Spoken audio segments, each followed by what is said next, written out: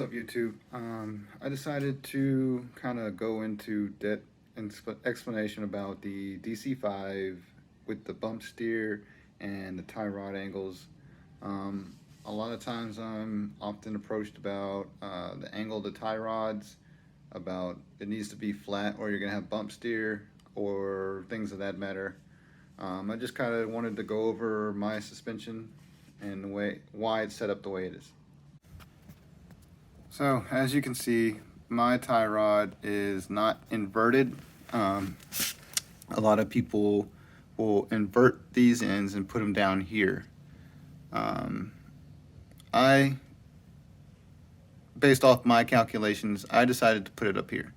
And I'll kind of go over the reason. So this is my suspension, the Yellow Speed Advanced Pro coilovers.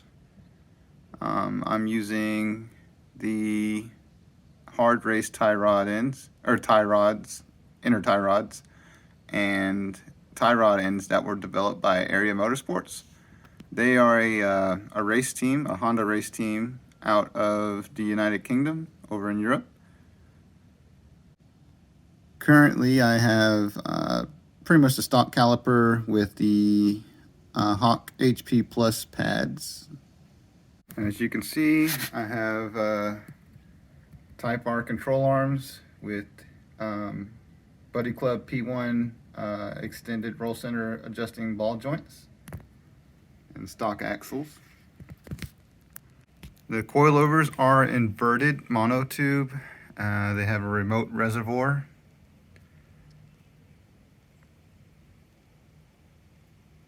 Okay, so let's talk about why I didn't invert this, put this down here, and why I don't have coilovers that have a straight steering arm like so. Mostly you want to have the actual stock angle that the original strut suspension that's on the RSX has.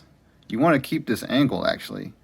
So, you know, if you take a look at the RSX, the stock RSX suspension tie rod, whenever it's stock and what position and what angle it's at, it'll actually look like this. So as you can see, this is the side that's not lifted in the air. You'll see that it has a slight angle upwards. I actually recently looked at a stock RSX angle, and it is actually angled upwards just like this. So why are people saying you need a flat steering arm coilover or you need to invert them? Well, my belief is because typically, so this is Honda's first chassis where they went with the, I think the McPherson system, the McPherson suspension system. Prior to that, they were always using the double wishbone. I'm not sure why Honda mounted the steering rack so high this time. But I think that's what's throwing a lot of people off, is that the steering rack is mounted up a lot higher than a typical steering rack. So let's kind of take a look. So typically the steering rack would actually be about right here, low, and this tie rod would be angled right here, basically kind of where this sway bar is. It would be low, right next to the lower control arm. And with that, if you guys go check out my video about the bump steer, you'll see the angle that you need to have in order to minimize your bump steer. You need to, the imaginary arm that comes from the tie rod angle needs to cross instant center. If the tie rod is right down here with the control arm, the lower control arm, well, guess what? It's pretty much riding right along the lower control arm's imaginary arm that goes towards instant center. So of course the tie rod is going to hit instant center without having an angle, without needing an angle. But if you're up here, that's a different story now, because now the lower control arm is down there and your tie rod is up here. So that means when you lower your car, typically you want to kind of focus on not lowering it to where the control arm starts to angle up on this side, because stock it kind of angles downwards towards the wheel instead of flat like it does when you lower the car. When you start to lower the car, this gets flat. And you don't really want to go past getting this flat, because once you get past getting this flat, your roll center starts to go below ground, which is bad because it creates a bigger moment arm. So you want to at least just get your center of gravity low, but you want to make sure that this doesn't go past being flat. And once you get flat, you're kind of going towards the red zone. So if this is flat, that means the imaginary arm that goes from it is flat. It runs along the car flat. So if you keep this flat and straight, and this has a straight angle, then its imaginary arm would never hit that lower control arm. It would never hit that lower control arm's imaginary arm that goes away from it.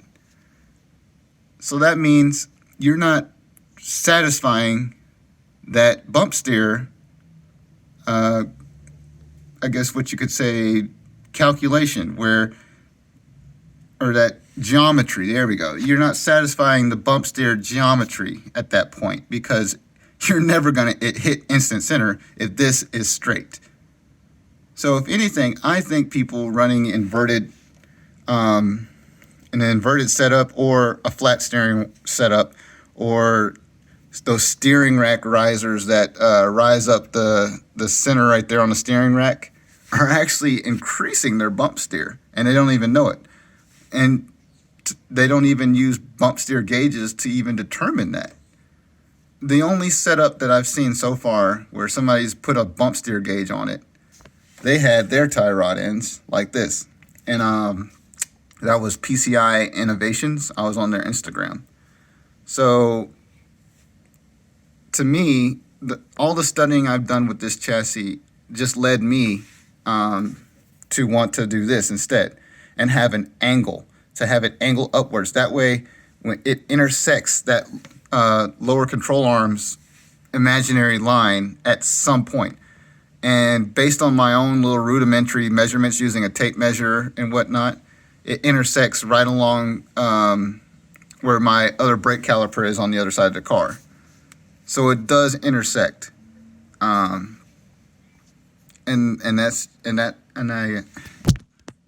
So I think that because the tie rod doesn't travel down the lower control arm like most cars, I think it's thrown a lot of people off, and they think that the arm has to be straight like it would if it was down there with the control arm, but it's not.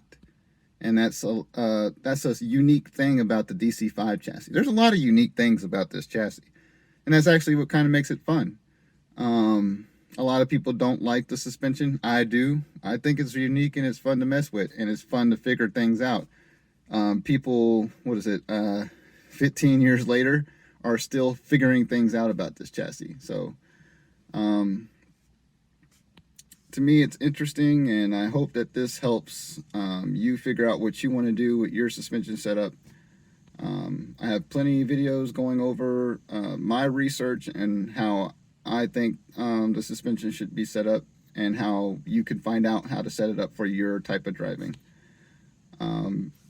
Be sure to like and subscribe.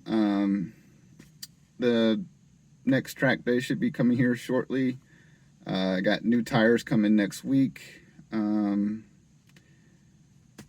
might try to fit in like a autocross session before, just to test the car out at safer speeds before I go to higher speeds at the circuit track. So I don't know. I guess I'll know as I keep getting closer to the day of this car being corner balanced and ready to go. All right, check you guys out. Like and subscribe. Peace.